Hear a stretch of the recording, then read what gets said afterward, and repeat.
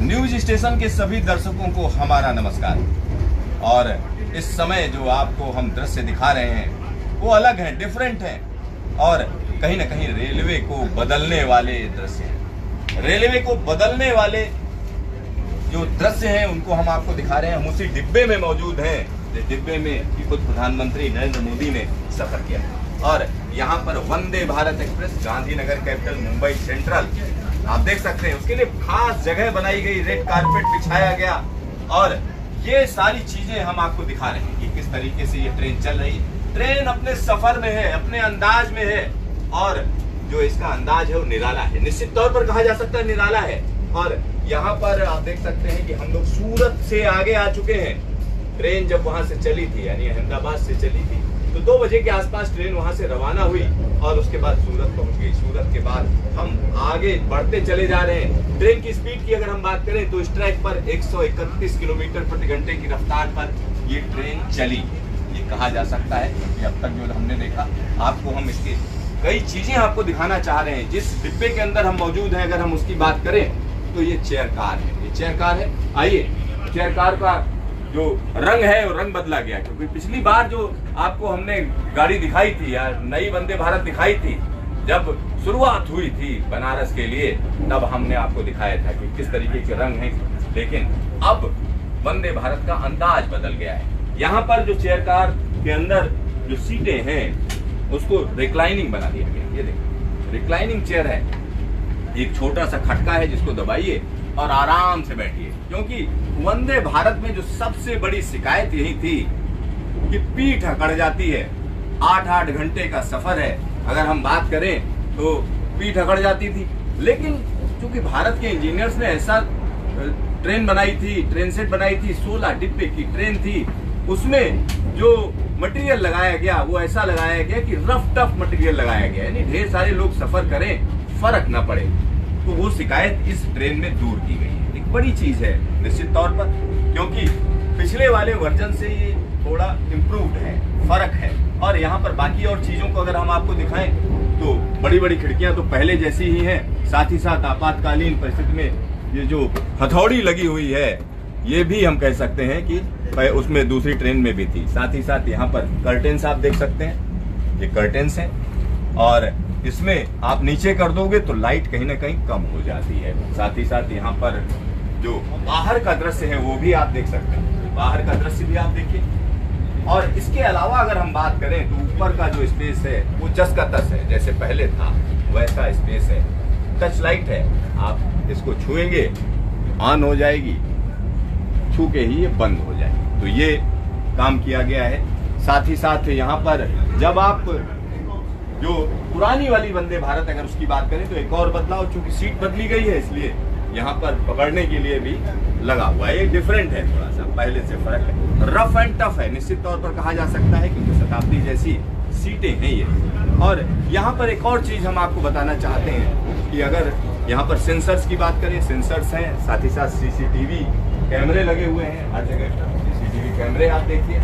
और इसके अलावा अगर हम बात करते हैं तो यहाँ पर जिस डिब्बे के अंदर हम मौजूद हैं उसमें स्क्रीन्स भी लगी हुई हैं। पिछली ट्रेन में भी स्क्रीन्स थी और उन स्क्रीन्स में दिखाया जाता है कि क्या रफ्तार चल रही है। रफ्तार की अगर हम बात करें तो इस समय क्या रफ्तार चल रही है उसको आप देख सकते हैं। यहाँ पर ये भी बताया जाता है कि अगली जगह कहाँ है, कहाँ पर ये ट्रेन रुकेगी, उसको इस स्क्रीन में दिखाया जाता है। स्पीड दिखाई जाती है 230 kmph, 230 किलोमीटर रह गई है अगला स्टॉप, और साथ ही साथ 127 kmph की स्पीड है।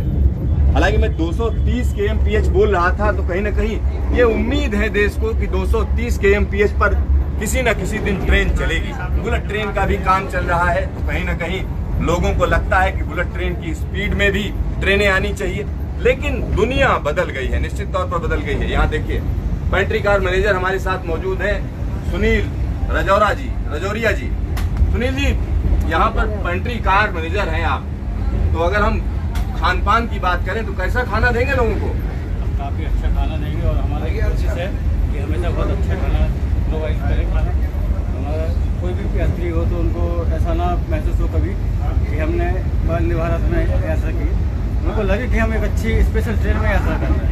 स्पेशल ट्रेन, स्पेशल खाना, स्पेशल ट्रेन, स्पेशल खाना।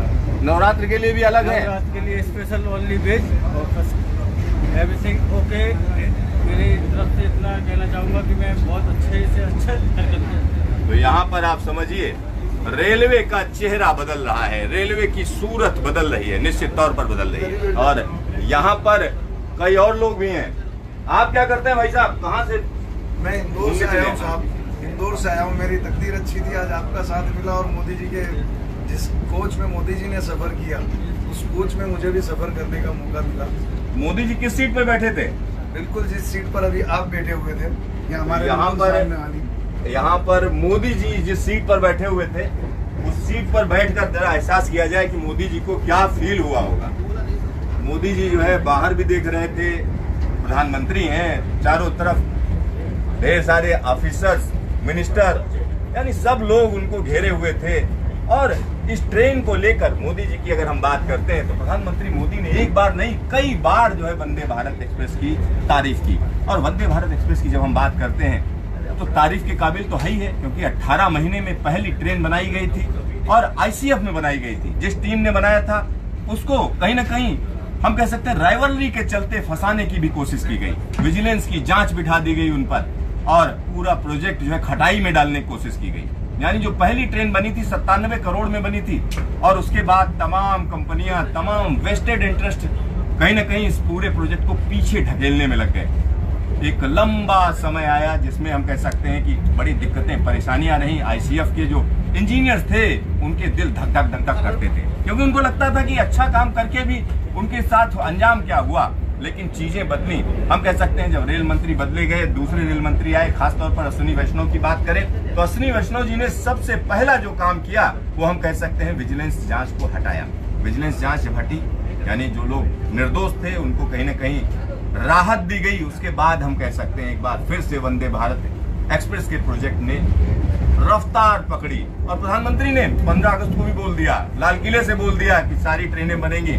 यानी कहीं ना कहीं दबाव आया, तगड़ा दबाव आया, चीजें बदली।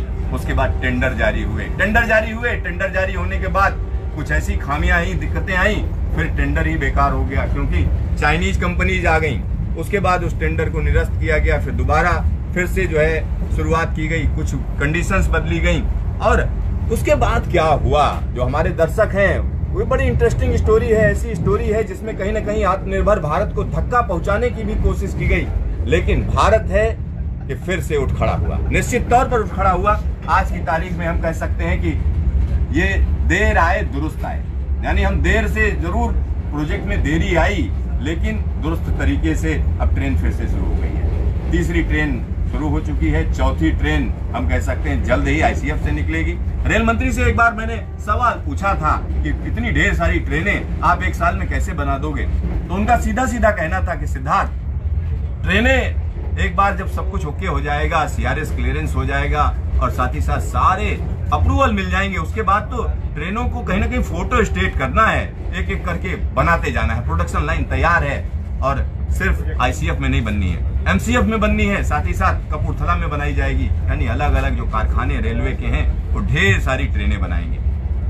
तो हमारे दर्शक समझ सकते हैं ये कहानी कितनी निराली है, कितनी डिफरेंट है, अप्स एंड डाउन्स हैं। इससे ये भी पता चलता है कभी निराश नहीं होना चाहिए, कभी परेशानियों में घिर के कभी हिम्मत नहीं हारनी चाहिए। वंदे भारत एक्सप्रेस की जो कहानी है वो कहीं ना कहीं यही बताती है और यही एहसास कराती है। हमारे तमाम दर्शक जो हमसे जुड़े हुए हैं सबसे हमारा कहना है कि इस वीडियो को ज़्यादा से ज़्यादा शेयर करें, हमारे चैनल को सब्सक्राइब करें ताकि हम आपको तरह तरह की रेलवे की इंटरेस्टिंग स्टोरी दिखाते रहें। यहाँ पर आप रफ्तार देखिए।